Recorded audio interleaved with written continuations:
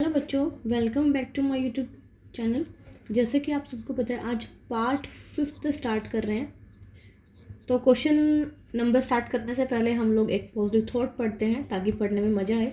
जो भी व्यक्ति मेहनत की उंगली थामते हैं वही हमेशा अपनी मंजिल पर पहुंच जाते हैं। तो भाई, मेहनत करना बहुत ज़रूरी है। यदि आपने अपने हाथों पे, अपने पैर पे विश्वास है तो आप डेफिनेटली अपनी मंजिल तक पहुंच जाओगे। आगे चलते हैं बच्चों, हम लोग क्वेश्चन स्टार्ट करते हैं। हमारा क्वेश्चन सेशन अब कंटिन्यू रह रहा है और आपको पार्टिसिपेट्स करना होता है भाई इन क्वेश्चंस के लिए, क्योंकि क्वेश्चन बहुत अच्छे लेवल के आप लोग देखते ही होंगे। चलिए, क्वेश्चन नंबर है हमारा first. I think fracture sign हमने लास्ट क्लास में या लास्ट वीडियो में किया था। Fracture sign and symptoms are, क्या दिखाई देते हैं? पेशेंट को बहुत ज़्यादा पेन होता है, जो पार्ट इंजर्ड हुआ है, पेशेंट को स्वेलिंग होती है, जो भी पेशेंट की बोन टूटी हुई है, ब्रेक हो चुकी है, पेशेंट की जो बोन है वो शॉर्ट हो चुकी है। तो आंसर होगा यहाँ पे डी। ठीक है, आंसर होगा हमारा यहाँ पे डी आंसर होगा। आंसर क्वेश्चन नंबर सेकंड देखते हैं। Lifting the casualty which principle is to follow. जब किसी पेशेंट को लिफ्ट करते उठाते हो तो कौन सा प्रिंसिपल फॉलो होता है? Always use the strong muscles of the body to carry the injured. हमेशा स्ट्रॉन्ग मसल्स का यूज करना है आपको। सेकंड ऑप्शन कह रहा है weight of injured body should be keeped with our body. या आंसर सी कह रहा है keep your back straight for lifting the injured and keep the head lift. All of the above. तो देखो, जब भी हम किसी पेशेंट को शिफ्ट कर रहे हैं, किसी बेड से स्ट्रेचर पे डाल रहे हैं, सबसे पहले बच्चों क्या होना चाहिए? हमारे पास जो हमारी मसल्स हैं, पेशेंट की जो आप पकड़ रहे हो, मसल्स कैसे होनी चाहिए? स्ट्रॉन्ग मसल्स होनी चाहिए।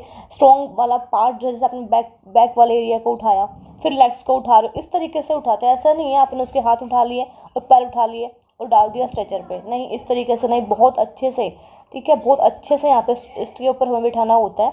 पेशेंट के हमें बैक पकड़नी होती है जो कि स्ट्रॉन्ग मसल्स हैं, देन उसके हमें फिर उसके हाथ पकड़ना है, फिर उसके पैर पकड़ना है। तो इस तरीके से भैया आप पकड़ना होता है, ठीक है। तो आंसर उस क्वेश्चन का होगा बिल्कुल आंसर डी। आप लोगों ने डी ही किया होगा। नेक्स्ट क्वेश्चन करते हैं। Natural phenomena which is unexpected and occur suddenly in a very short time and it is said to cause massive loss of public money. मतलब कहना चाह रहा है कि नेचुरल फिनोमिना ऐसा कौन सा है जो अनएक्सपेक्टेड होता है, जो सडनली देखने को मिलता है, बहुत शॉर्ट टाइम के लिए होता है, जिससे पब्लिक का बहुत ज़्यादा लॉस होता है? डिजास्टर, एक्सीडेंट, डिजास्टर या फिर इमरजेंसी। दो बार दो ऑप्शन दे दिए भाई, यहाँ पे आंसर होगा डिजास्टर हमारा, ठीक है। ये हो सकता है हमारा मिस प्रिंट हो बुक के अंदर।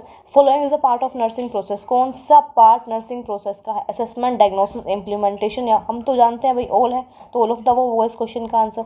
नेक्स्ट करते हैं, which of the following is a not element code of ethics for nurses as per ICN। कौन सा एथिक्स नर्सिंग प्रिंसिपल्स के अंदर नहीं होता? प्रैक्टिस करना, nursing and people, nursing and profession से, नर्सिंग एंड सैलरी पैकेज। तो आंसर होगा डी। सैलरी पैकेज का कोई रिलेशन नहीं होता है, ठीक है। तो आंसर डी हमारा ये इंक्लूड नहीं होता। नेक्स्ट क्वेश्चन करते हैं। नर्स वर्क एज, किस तरीके से नर्स काम करती है? एक गुड कम्युनिकेटर के थ्रू, काउंसलर के थ्रू, केयर प्रोवाइडर के थ्रू, या फिर ऑल ऑफ द अबव। तो बच्चों आंसर होगा ऑल ऑफ द अबव। एक नर्स है, सबका रोल प्ले कर सकती है, बट एक नर्स का रोल कोई प्ले नहीं कर सकता है ना। जैसे हॉस्पिटल में क्या करती है? केयर करती है, पेशेंट के साथ रहती है। दूसरा, काउंसलर की तरह काम करती है, जैसे कोई पेशेंट डिमोटिवेट हो गया, उसको ही मोटिवेट करेगी, कोई बात नहीं, आप ठीक हो जाओगे। And third is a care provide and good communicator. यदि गुड कम्युनिकेशन होगा उसका तो क्या होगा? पेशेंट भी खुश रहता है ना। तो इस तरीके की सारी जो है रिस्पॉन्सिबिलिटी नर्स निभाती है। आगे चलते हैं, नेक्स्ट क्वेश्चन। कुछ टिक लगे हुए मत सोचना कि ये सही क्वेश्चन के, ठीक है, ठीक है। Nurse should work except, nurse का काम क्या नहीं होता? Research work, controller, participation in political events, wow. और आंसर डी, एन एडवोकेट। तो आंसर होगा हमारा सी। भी पॉलिटिकल इवेंट्स में पार्टिसिपेट थोड़ा ना करेगी, तो वह नर्स क्यों होगी? फिर आंसर सी होगा।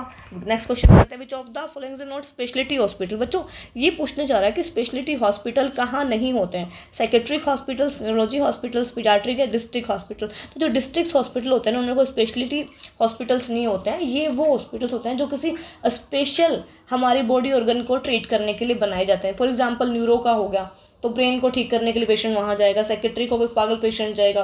पीडियाट्रिक मतलब स्पेशल बच्चे जाएंगे। OBG का हो गया तो मतलब फीमेल्स जाएंगी। तो इस टाइप के हमारे स्पेशल हॉस्पिटल्स होते हैं। तो डिस्ट्रिक्ट हॉस्पिटल क्या होता है? ये हमारा, इसमें सब कुछ होता है ना, सब OPDs होती हैं, बट स्पेसिफिक नहीं है, ये स्पेशल नहीं है। तो आंसर होगा हमारा डी। पूछा है, specially hospital are generally situated at. जो ये वाले हॉस्पिटल होते हैं, स्पेशल हॉस्पिटल होते हैं, किस लेवल पे होते हैं? रीजनल लेवल पे, CHC पे, डिस्ट्रिक्ट पे एंड आपका तालुका लेवल। तो भाई ये जो है ना इसका आंसर होगा रीजनल लेवल पे होते हैं, है ना। चलो नेक्स्ट क्वेश्चन करते हैं। The hospital in which natural resources are use to treat the patient. ऐसी चीज़ें बताओ जो हॉस्पिटल में यूज़ हो रही है, नेचुरल रिसोर्सेज हैं जिससे पेशेंट को ट्रीट किया जाता है। हेमोपैथी मेडिसिन, नेचुरोपैथी मेडिसिन मतलब हॉस्पिटल्स होगा, एलोपैथिक हॉस्पिटल या फिर आयुर्वेदा। तो बच्चों होगा जो हमारा नेचुरोपैथी हॉस्पिटल्स होते हैं ना, जिसमें हमारे होम रेमेडीज़ यूज़ होती हैं, ठीक है, वो वाले हॉस्पिटल, उसमें जो है नेचुरल रिसोर्सेज प्रोवाइड किए जाते हैं। तो नेचुरोपैथी होगा इस क्वेश्चन का answer. Holistic approach for treatment include. Holistic approach जो है क्या इंक्लूड होता है उसमें, कौन सा ट्रीटमेंट इंक्लूड होता है? तो भाई होलिस्टिक अप्रोच मतलब हेल्थ अप्रोच होती है ये हमारी, ठीक है, हेल्थ के लिए अप्रोच किया जा रहा है। तो इसमें होल केयर इंक्लूड होगी, मतलब कोई भी केयर हो पेशेंट की, सारी केयर होंगी। जरूरी नहीं है फिजिकल केयर कर रहे हो, कोई पेशेंट डिसेबल है उसकी केयर कर रहे हो, कोई पेशेंट मेंटल केयर नहीं, इसमें सारी केयर आएंगी आपकी। फिजिकल आएगी, मेंटली आएगी, डिसेबिलिटी आएगी, सारी केयर इसमें आएगी। उसको बोलते हैं होल केयर। और इसका जो कंसेप्ट होता है ना बच्चों, वो हेल्थ से रिलेटेड होता है, ठीक है। नेक्स्ट क्वेश्चन पूछा है, हेडक्वार्टर ऑफ द WHO। आप सब जानते हो जेनेवा। टेम्परेचर कितना होता है पेशेंट का? नॉर्मल 37.6 डिग्री, है ना, सॉरी 37 होता है, 6 नहीं होता। विच of the following concept of health widely expected. बताओ कौन सा कंसेप्ट जो है हेल्थ का वाइडली एक्सपेक्टेड है? Biomedical concept, ecological, holistic concept या फिजियोलॉजी साइकोसोशल। तो मैंने अभी आपको बताया होलिस्टिक कंसेप्ट जो है वर्क करता है बच्चों हेल्थ के ऊपर, हेल्थ कंसेप्ट पे। तो ये क्वेश्चन है ना, इसको 5 स्टार देंगे हम, ठीक है, आएगा एग्जाम में। नेक्स्ट क्वेश्चन की ओर चलते हैं हम लोग।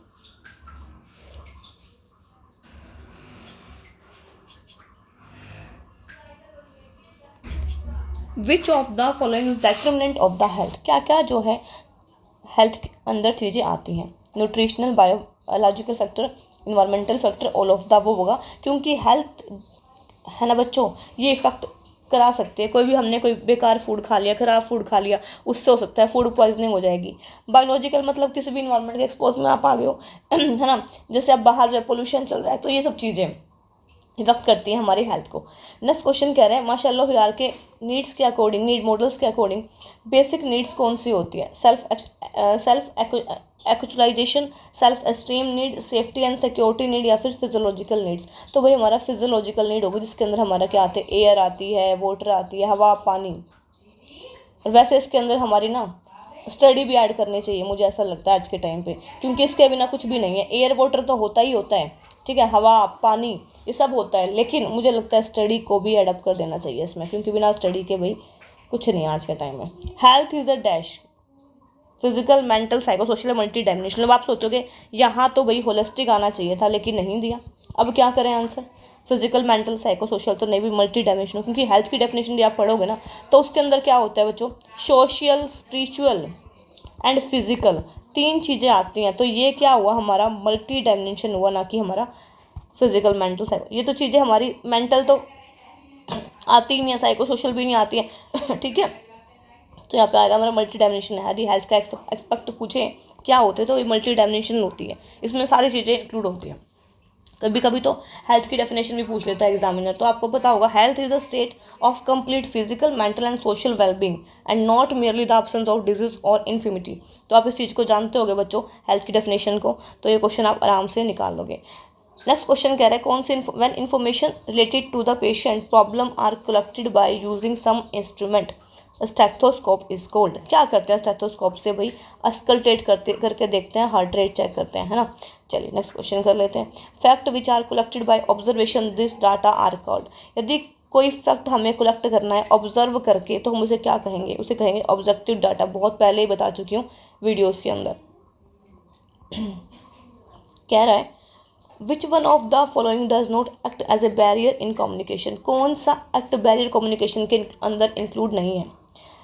ठीक है, ambitious language, sender does not have enough knowledge, sender को जो आप प्रॉपर नॉलेज नहीं दे पा रहे हो अपने मैसेज को लेके।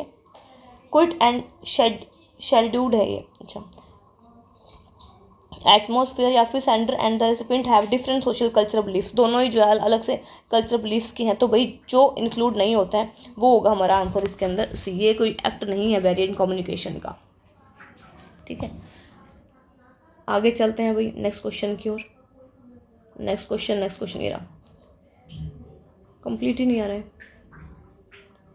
इस क्वेश्चन को वैसे लाऊंगी, आपको अभी कंप्लीट नहीं है ये।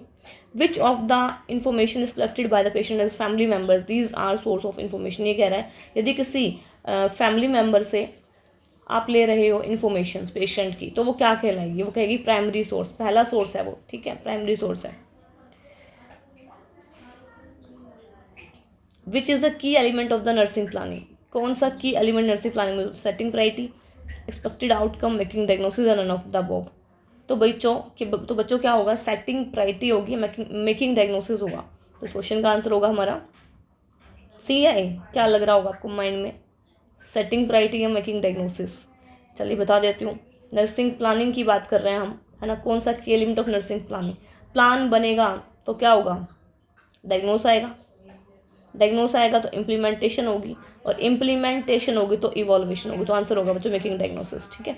नेक्स्ट क्वेश्चन करते हैं। Which of the following is known as nursing action phases, कौन सा नर्सिंग एक्शन फेज के नाम से जाना जाता है, जिसके अंदर पेशेंट का एक्शन किया जाता है? थोड़ा गला खराब है भाई, ठीक है, इस वजह से आज थोड़ी ऐसी आवाज़ आ रही है, बोल बोल के परेशान हो गया है गला भी बेचारा। चलो, नर्सिंग प्लानिंग है, नर्सिंग इंटरवेंशन, नर्सिंग डायग्नोसिस है, नर्सिंग इवॉल्वेशन। तो एक्शन मतलब होता है जिसमें हम काम कर रहे हैं, वो है हमारा इंटरवेंशन, जो हम कर रहे हैं, ठीक है।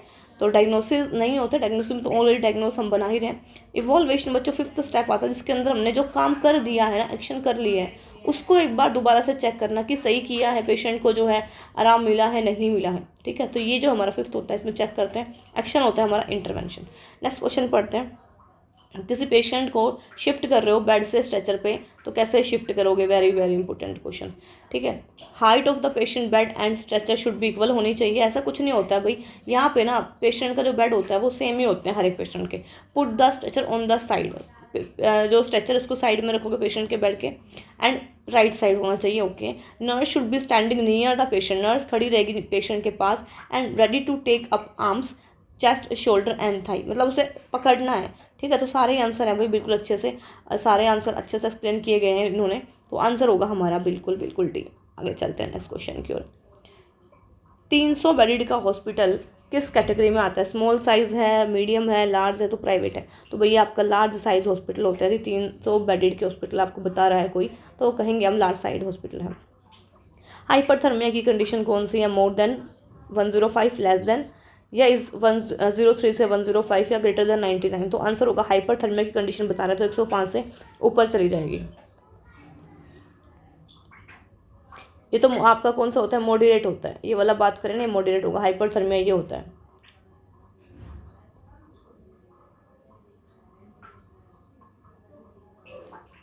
Common site of bed sore patient spine position, एक पेशेंट है जो कि सीधा लेटा है, सुपाइन पोजीशन में लेटा है, तो उसको कहाँ कहाँ पे बेड सोर होने के चांसेस हैं? अब पेशेंट लेटा है, सबसे पहले क्या होंगे? शोल्डर्स के अंदर होंगे, बटक्स पे हो सकता है, यहाँ पे ये हमारे एल्बोज पे हो सकता है। तो बच्चों ऑल ऑफ द अबव इसका क्वेश्चन का आंसर जाएगा, ठीक है। Causes of bed sore is except, कौन सा बेड सोर का कारण नहीं है? बेड सोर सब लोग जानते हैं, जब कोई पेशेंट बेड पे लॉन्ग टाइम तक रहता है तो क्या रेडनेस देखने को मिलती है स्किन में, धीरे धीरे वो बेड सोर का रूप ले लेता है। तो प्रेशर पड़े पेशेंट की वर्टिब्रास पे या पेशेंट के बैक पे तो हो सकता है, फ्रिक्शन हो सकता है, मोबिलाइजेशन या मॉइस्चर। तो क्या इस क्वेश्चन का आंसर हो सकता है? मोबिलाइजेशन नहीं होगा। पेशेंट मोबिलाइज कर पा रहा है, चल फिर पा रहा है, थोड़ा ना बेड सोर होगा। बेड सोर तो बच्चों हॉस्पिटलाइज पेशेंट को होता है, पेशेंट लंबे टाइम से हॉस्पिटलाइज होते हैं, बेड पे रहते हैं, तो उनको होता है बेड सोर। तो मोबिलाइजेशन नहीं है, मॉइस्चर है, कोई नमी की वजह से। मॉइस्चर मतलब होता है फ्रिक्शन हो रहा है पेशेंट को, मतलब जो फ्रिक्शन मतलब है यहाँ पे जो हमने बेडशीट लगाई हुई है ना, वो प्रॉपर से हम चेंज नहीं कर रहे हैं, ठीक है, वह उस पर सिलवटें पड़ी हुई हैं ऐसे ऐसे। प्रेशर मतलब हैवी प्रेशर दे दिया आप लोगों ने, तब भी हो सकता है। तो सारी चीज़ें सही हैं, बट मोबिलाइजेशन नहीं होगा। नेक्स्ट क्वेश्चन है, which is appropriate nursing care in case of bed sore, कैसे नर्सिंग केयर करोगे बेड सोर पेशेंट की? Wound should be clean with boric acid H2O2, use extra pillow, air cushion, air water mattress to reduce pressure, change the position of patient frequently, all of the above. सारे answer सही है। हमारा water mattress patient को provide किया जाता है जब patient bed सोर वाले होते हैं, ताकि जो प्रेशर है ना वो थोड़ा कम हो जाए, ठीक है। Next question, which of the following is known as parasitic condition, क्या पूछना चाह रहा है भैया? क्वेश्चन में थोड़ी सी गड़बड़ी है यहाँ पे, तो इसको भी नहीं करेंगे। नेक्स्ट क्वेश्चन है, which of the following position is known as semi setting position, क्या कहोगे? फॉलर कहोगे, पेशेंट आधा बैठा है, सेमी रिकमेंड पोजीशन कहोगे, प्रॉन पोजीशन या फिर ऑर्थोपेनिक पोजीशन, तो आंसर होगा फॉवलर पोजीशन हमारा, ठीक है। तो क्योंकि सेमी सेटिंग पोजीशन मतलब होता है कि हाफ पेशेंट बैठा, तो फॉवलर पोजीशन को ही कहते हैं। चलिए नेक्स्ट क्वेश्चन कर लेते हैं।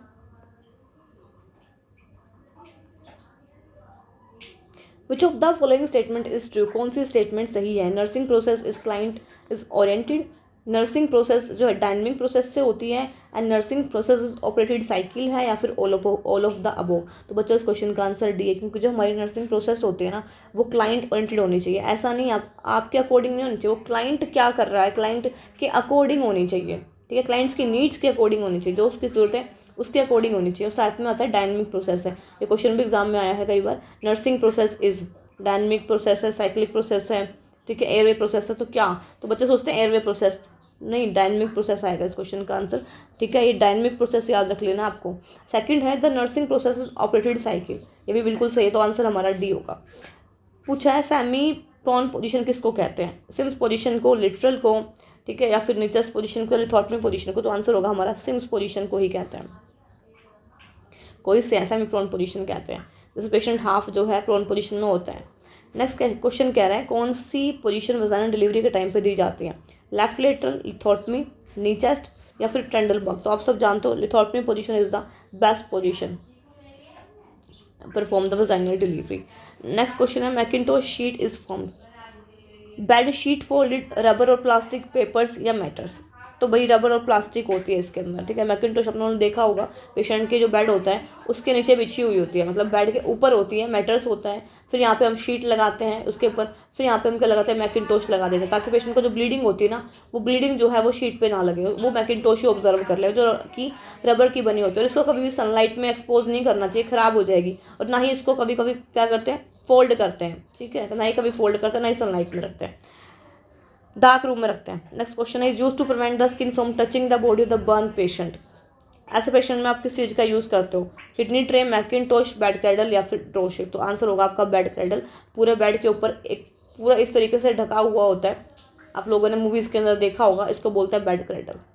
स्प्लिंट इज यूज एक्सेप्ट, कौन सी कंडीशन में स्प्लिंट का यूज़ नहीं करते हैं, बॉडी को स्टेबलाइज करने के लिए पार्ट्स को, बिल्कुल सही है, क्योंकि इसका काम ही क्या होता है बच्चों, इसका काम होता है क्या मेंटेन करके रखना,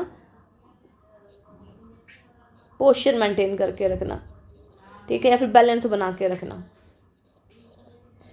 तो फिर कह रहा है डिफॉर्मिटी से प्रिवेंशन देना, first aid to any fracture part पे, या फिर control mentally ill patient. Mentally ill patient का कोई रिलेशन यहाँ पे नहीं है। Next question which is not phase of the interpersonal relationship, कौन सा फेज नर्सिंग मतलब आईपीआर में नहीं आता है। आईपीआर मतलब interpersonal relationship, introduction phase, pre introduction phase, working phase and life long relationship, ये कोई नहीं है भाई, है ना। हमारे क्या कौन कौन से होते हैं, सबसे पहले कौन सा फेज होता है, इंट्रैक्शन। इंट्रैक्शन होता है क्या, पहला होता है इंट्रोडक्शन फेज, पहले पेशेंट आएगा उससे इंट्रोडक्शन करते हैं, फिर होता है प्री इंट्रैक्शन, फिर होता है आपका वर्किंग फेज, फिर होता है आपका ओरिएंटेशन फेज, है ना। इस तरीके से हमारे फेज होते हैं। चलो नेक्स्ट क्वेश्चन की ओर चलते हैं।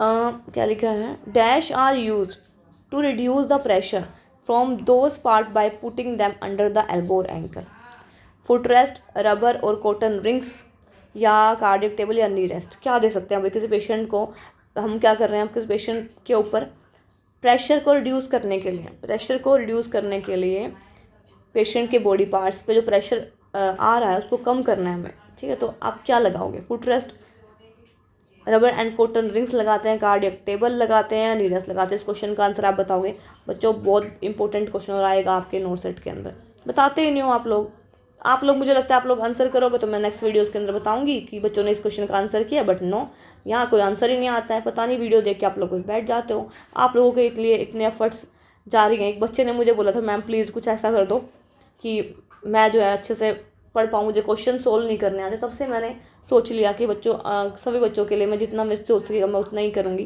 लेकिन बट आप लोगों का सपोर्ट नहीं मिलता है। एक दो बच्चे करते हैं सपोर्ट बस, और बाकी के बच्चे अपना वीडियो देखते हैं बस, ठीक है, थोड़ा सा करना चाहिए। The following is the work of the hospital, क्या काम होता है हॉस्पिटल के अंदर, integration of biostatics, providing referral services, doing research related to health, या फिर ऑल ऑफ द अबव। तो इस क्वेश्चन का आंसर होगा all of the above. Next question है microscopic of a substance that represent the full properties of that substance. देखो question क्या बोल रहे हैं, microscopic of a substance that represent the full properties of that substance. मतलब कहा जा रहा है कौन से सैंपल के अंदर सारी की सारी प्रॉपर्टी दिखाई देंगी, मतलब फुल प्रॉपर्टी दिखाई देंगी, मतलब पेशेंट की, ठीक है, पेशेंट की बॉडी में कौन सा सब्सटेंस प्रेजेंट है या नहीं है, माइक्रोस्कोपिक तरीके से देखें तो हम कौन सा कल्चर या कौन सा टेस्ट करेंगे। कल्चर करोगे, सैंपल लोगे, एनाफाइलैक्सिस चेक करोगे या फिर सेंसिटिविटी टेस्ट करोगे। तो बच्चों ये तो हमारा टेस्ट नहीं होता, तो मेडिकेशन को चेक करने के लिए होता है ना। किस पेशेंट को हमने वो देनी है, क्या बोलते हैं उसको, एंटीबायोटिक देनी है, तो तब वहाँ पे हम कर सकते हैं ना। एनाफाइलैक्सिस कोई टेस्ट थोड़ा ना होता है। कल्चर या सैंपल, तो बच्चों इस क्वेश्चन के अंदर रहेगा सैंपल लेंगे ना। कल्चर कल्चर तो यूरिन कल्चर, ब्लड कल्चर, दो कंडीशन के अंदर पेशेंट को इन्फेक्शन डेवलप होता है, बट सब्सटेंस को देखना है। सब्सटेंस फॉर एग्जाम्पल किसी पेशेंट ने क्या किया, किसी पेशेंट ने बहुत सारी टैबलेट्स खा ली, ठीक है, टैबलेट्स खा ली, एल्प्लेक्स खा ली सपोज करो, या फिर डोलो खा ली सपोज करो, पीसीएम ले ली, ठीक है, पीसीएम वही है, या फिर पेशेंट ने क्या कर लिया भाई, सिरप पी लिया, ठीक है। कोई पेशेंट होता है ना उनको सिरप बहुत अच्छा लगता है, मेडिसिन जो सिरप होते हैं, जो खांसी की दवाई होती है वो सब, तो ये सब उसने खा पी लिया, तो क्या करेगा पेशेंट, तो फिर हमें देखना पड़ेगा पेशेंट की बॉडी में। या फिर किसी पेशेंट ने डाइजॉक्सिन को ज़्यादा इनहेल कर लिया, तो कोई भी ड्रग है कोई भी खा लिया, तो सबसे पहले हमें सैंपल लेना होता है। तो आंसर होगा बच्चों इस क्वेश्चन का सैंपल। बहुत इंपॉर्टेंट क्वेश्चन है, एग्जाम में आएगा तो फिर कन्फ्यूज हो जाओगे। Bed cradle is also known as, bed cradle को और क्या कहते हैं, एंड्रोसन फ्रेम, मैक्सिवर फ्रेम, मैक्सवेल फ्रेम या नन ऑफ द बोथ। तो बच्चों इस क्वेश्चन का आंसर मैक्सवेल फ्रेम होता है, ठीक है। ये क्वेश्चन आएगा आपके एग्जाम में, फिर बैठ के सोचना कि बेड क्रेडल तो हमने एक ही नाम सुना है, सेकंड तो हमने सुना ही नहीं है, ठीक है, बट ये नहीं पता आपको, प्रियंका मैडम ने बता दिया है आपको। नेक्स्ट क्वेश्चन पे करते हैं, which is the best method that is use reduce the risk of bed सोर। हम जो बेड सोर का रिस्क होता है किससे रिड्यूस कर सकते हैं, कौन से मैटर से, क्वायर मैटर कोई मैटर नहीं होता है, स्पंज मैटर नहीं, स्पंज बात होता है, ठीक है, कॉटन मैटर हो सकता है, एयर और वाटर मैटर्स। तो पहले हमने ऊपर ही ना बच्चों एक क्वेश्चन के अंदर ये लाइन हमने पढ़ी थी, पेशेंट को ना बेड सोर था और हमने एयर मैटर्स प्रोवाइड किया था, तो यहाँ पे भी हम क्या दे रहे हैं पेशेंट को, बेड सोर वाले पेशेंट में हमें एयर और वाटर मैटर्स देना होता है, ठीक है। Next question, otitis media is an inflammation of middle ear, it is known as, क्या कहोगे कि पेशेंट को मिडल एयर इन्फेक्शन हो चुका है, इन्फ्लामेशन हो गया, otitis media, otitis externa, otitis interna या फिर नन ऑफ द वो। तो बच्चों मिडल ईयर का है तो हमारा क्या होगा, ऑटिज्म मीडिया, है ना। ये होता है आपकी एक्सटर्नल ईयर का, बाहर देखो ई लगा है, ये होता है आपके इंटरनल ईयर का, आई लगा है, और ये आपका middle ear. Intake chart include except, जब भी हम इनटेक चार्ट बनाते हैं उसमें क्या, oral fluid, tube feeding, parenteral fluid या नन ऑफ द वो, क्या नहीं होता है, सारी चीज़ें होती हैं, तो आंसर होगा हमारा D. Rigor mortis can be seen after, rigor mortis कब देखने को मिलता है, डिलीवरी के टाइम पे, ऑपरेशन के टाइम पे, डेथ के टाइम पे या अनकॉन्शियसनेस। तो बच्चों डेथ के टाइम पे आता है राइगर मोर्टिस में, क्या होता है ये ना हमारी डेथ के बाद देखने को मिलता है, कम से कम भी 6 से 8 घंटे के अंदर मिलता है। होता क्या है, जब भी पेशेंट डेथ हो जाता है ना, तो उसके अंदर जो हमारी मसल्स है ना बच्चों, उसमें कुछ केमिकल चेंजेस देखने को मिलते हैं। मसल्स में क्या होता है, कुछ केमिकल चेंजेस देखने को मिलते हैं। जब वो केमिकल चेंजेस होते हैं ना प्यारे बच्चों, तो क्या होगा, तो बॉडी ना स्टिफनेस दिखाई देगी, बॉडी के अंदर काफ़ी स्टिफनेस एंड रिजिडिटी दिखाई देगी, मतलब जकड़न हो जाएगी बहुत ज़्यादा, ठीक है। सबसे अब क्वेश्चन ये आता है कितने घंटे बाद दिखाई देती है, फिर दूसरा क्वेश्चन आता है सबसे पहले बॉडी का कौन सा पार्ट स्टिफनेस होगा, स्टिफ होगा। तो बच्चों आंसर जाएगा आपका जा, ठीक है, जो जिसको आप बोलते हो, ठीक है। और लोक जा होता है एक हमारा, जो देखने को मिलता है टेटनस वाली कंडीशन में। टेटनस मतलब किसी पेशेंट को क्या हो गया, टेटनस हो गया, ठीक है। टेटनस जानते हो ना क्या होता है, कोई सुई चुभ गई है लोहे की, है ना, या फिर कोई भी लोहे का कुछ भी पेशेंट को इंजर हो गया, इंजरी हो गई, तो उसको बोलते हैं टेटनस। वो कुछ टाइम बाद है ना बच्चों टेटनस का रूप ले लेता है, तो उस पेशेंट के अंदर लोक जा देखने को मिलता है, पूरा जा जो है ना पूरा बंद हो जाता है। जैसे आप खाते हो ना खाना चबा चबा के, जो है ना पूरा आपका बंद हो जाएगा, उसको बोलते हैं लोक जा, ठीक है। बहुत सारी कंडीशन होती है टेटनस की, उसको 5th डे डिजीज भी बोलते हैं, ये भी पता होना चाहिए, 5th डे डिजीज। ऐसे बहुत सारी चीज़ें होती हैं। चलो नेक्स्ट क्वेश्चन की ओर चलते हैं। अब आता है हमारा, क्या पूछना, rigor mortis take place within, कब देखने को मिलता है, 1 से 2 घंटे बाद, 2 से 3 घंटे बाद, 6 से 8 घंटे बाद, या नेवर, कभी नहीं भाई बिल्कुल मिलता है, 6 से 8 घंटे बाद देखने को मिलता है, अभी बताया मैंने आपको। नेक्स्ट क्वेश्चन है, which of the following method is not the collect the statics and fact related to is health problem to determine the health for the patient, physical, written, observation, interview. इसने पूछा बच्चों कौन सा method health problems में include नहीं होता। Physical examination हम करते हैं क्योंकि इससे पेशेंट का पता लगता है पेशेंट स्टेबल है या फिर अनस्टेबल है, पेशेंट को कोई ट्यूमर तो नहीं है ना, तो ये सब चीज़ें हम फिजिकल असेसमेंट से करते हैं। रिटर्न टेस्ट, ऑब्जर्वेशन तो करते हैं, या इंटरव्यू लेते पेशेंट का, हिस्ट्री को बोलते हैं इंटरव्यू लेना। तो आंसर होगा बी, ये नहीं होता। रिटर्न टेस्ट थोड़ा लोगे, पेशेंट को एग्जाम थोड़ा देना है तुम्हारी तरह। चलो नेक्स्ट क्वेश्चन करते हैं। वेरी वेरी वेरी, इसमें देंगे हम 11 स्टार। पहले तो मैं स्टार बना दूँ, 4 5 6 7 8 9 10 11। The care which is given to the patient after death, बताना है आपको उस केयर को क्या कहते हैं जो पेशेंट के मरने के बाद की जाती है, आफ्टर डेथ की जाती है। Last office, rigor mortis, terminal disinfection and none of the above. तो बच्चों मैं आपको 10 सेकंड का टाइम दे रही हूँ, जल्दी से इस क्वेश्चन का आंसर मुझे बता दो। बता तो नहीं पाओगे मुझे पता है, जिद्दी हो ना, क्योंकि आप लोग कमेंट बॉक्स में तो कमेंट करते नहीं हो, फिर वैसे ही सोच लो। राइगर मोटिस का मतलब होता है मसल्स में स्टिफनेस हो जाना, मसल्स पूरी की पूरी जकड़ जाती हैं। पेशेंट की डेथ के बाद यदि केयर कर रहे हो ना बच्चों, तो उसको बोलते हैं लास्ट ऑफिस। क्या बोलते हैं? लास्ट ऑफिस, याद रखना, ठीक है। ये टर्मिनल डिसइंफेक्शन नहीं है, ठीक है। कभी इसका ये आंसर सोच रहे हो, ये नहीं होगा। देख लेना, 2 टाइप के होते हैं, एक तो टर्मिनल, एक होता है कनकरेंट इन्फेक्शन, कनकरेंट डिसइंफेक्शन। ये वाला यूज़ होता है पेशेंट के मरने के बाद, पूरे जो है वार्ड क्लीन कर देते हैं। इसमें क्या कहते हैं, पेशेंट जो टर्मिनेट कर रहा है, शिफ्ट हो रहा है, तब यहाँ ये वाली जो है कंडीशन यूज़ होती है। नेक्स्ट क्वेश्चन कर रहे हैं, categories of dead body is done into 3 categories. Category first refer. अब आपको लग रहा होगा ये तो डिजास्टर की बात कर रहे हो, और आप लोगों ने आंसर फटाक से ढूंढा होगा और लगाया होगा ब्लैक कलर लेबल, जो कि बिल्कुल गलत है। इसने डिजास्टर की बात नहीं की है। पेशेंट के सामने जो है यहाँ पे डिजास्टर, अगर डेड पेशेंट है उसका बताओ आप कौन सा कलर कोड रहेगा, नहीं। इस क्वेश्चन ने पूछा है डेड बॉडी के अकॉर्डिंग 3 कैटेगरी हम लोग डिफाइन करते हैं, उस कैटेगरी का फर्स्ट रेफर किसको करती है वो कैटेगरी। तो बच्चों 3 कैटेगरीज होती हैं। अब वो कैटेगरीज कौन कौन सी है, क्या आपको पता है? तो बताना मुझे इस क्वेश्चन के बारे में, क्योंकि क्वेश्चन बहुत अलग लेवल का आप लोगों ने, मुझे नहीं लगता आपने ये क्वेश्चन कहीं पढ़ा होगा, बट फिर भी मैं एक बार आपको जांचना चाहती हूँ, विजुलाइज करना चाहती हूँ, ऑब्जर्व करना चाहती हूँ कि आपको पता है नहीं पता, ठीक है। फिर मैं आपको बताऊँगी 3 कैटेगरीज होती हैं डेड बॉडीज़ की, ठीक है। उसमें ब्लैक कलर तो हमारा आएगा ही नहीं। आगे चलते हैं हम लोग, फिर वही क्वेश्चन आएगा। Category second, category dead body category second refer किसको करती है, मैं नहीं बताऊँगी आपको, पहले आप मुझे बताओगे, फिर मैं आपको नेक्स्ट उसमें बताऊँगी। फिर देखती हूँ आप लोगों ने वीडियोज़ को ध्यान से देखते हो नहीं देखते हो। फिर ये भी यही क्वेश्चन आ रहा है। तीनों कैटेगरी बच्चों मैं आपको नेक्स्ट वीडियो में बताऊंगी, लेकिन कमेंट आने चाहिए। आप लोग कोऑपरेट नहीं करते हो मेरे साथ बिल्कुल भी, देख रहे हो ना कितना गला खराब हो गया। Next question, all are directly related to direct patient care except. कौन सी केयर पेशेंट को नहीं दी जाती? मेडिकल डिपार्टमेंट में, नर्सिंग में, paramedical, administration and management department. तो आंसर हमारा डी नहीं, डी होगा, ठीक है, डी होगा। और सारे ऑप्शन तो सही हैं, बट इस टाइप की कोई भी केयर नहीं दी जाती है। Rothera test is use to test the presence of urine. बताया था मैंने आपको, एसीटोन होता है। बाइल साल्ट के लिए हम लोग हे टेस्ट करते हैं, शुगर के लिए बेनेडिक्ट टेस्ट करते हैं, ठीक है। और बाइल पिगमेंट के लिए स्मिथ टेस्ट होता है, तो आपको पता ही है। Which is not an element of nursing process. कौन सा एलिमेंट नर्सिंग प्रोसेस में यूज़ नहीं होता है? असेसमेंट, प्लानिंग, नर्सिंग एक्शन या बार्गेनिंग। तो आंसर होगा हमारा डी, ये यूज़ नहीं होता है, ठीक है। नेक्स्ट क्वेश्चन है, which is not a method of physical examination. कौन सा मेथड फिजिकल एग्जामिनेशन के रूप में यूज़ नहीं होता है? इंस्पेक्शन, पैल्पेशन, डॉक्यूमेंटेशन या अस्पल्टेशन। कौन सा फिजिकल? इंस्पेक्शन, पैल्पेशन, डॉक्यूमेंटेशन या अस्कल्टेशन। फिजिकल एग्जामिनेशन करो तो डॉक्यूमेंटेशन थोड़ा ना करोगे आप, तो आंसर होगा हमारा डी।